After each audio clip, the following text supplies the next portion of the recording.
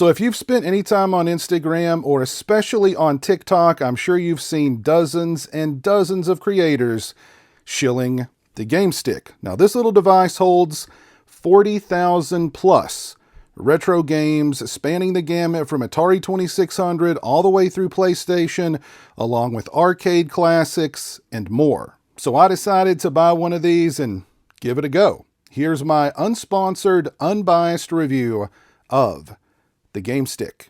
Now, when it comes to positives, yes, this thing has 40,000 plus games on it, and at a pretty reasonable price. I've seen this listed for as little as $9.99 on the TikTok shop. And when it comes to setup, it's pretty simple and straightforward. So simple and straightforward, the manufacturer of this thing doesn't even provide any setup instructions in the box. Here's everything that comes with it.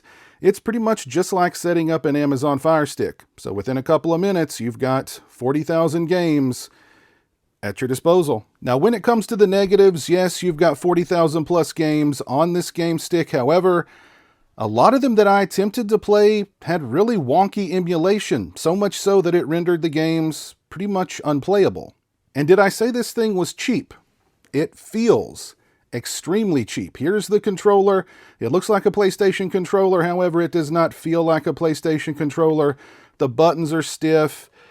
It just does not feel good. It's also extremely light and just flimsy feeling.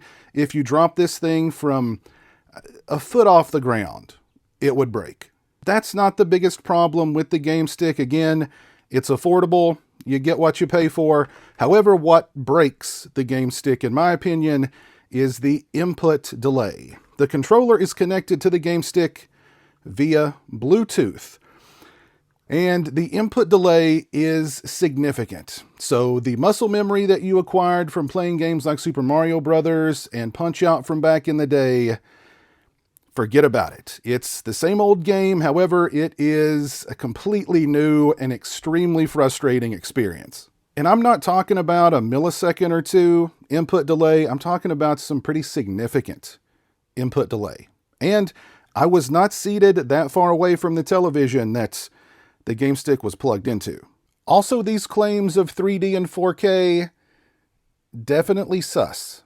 So the 4K GameStick offers 40,000 plus retro games at your fingertips at a reasonable price. It's easy to set up. However, the quality definitely leaves a lot to be desired.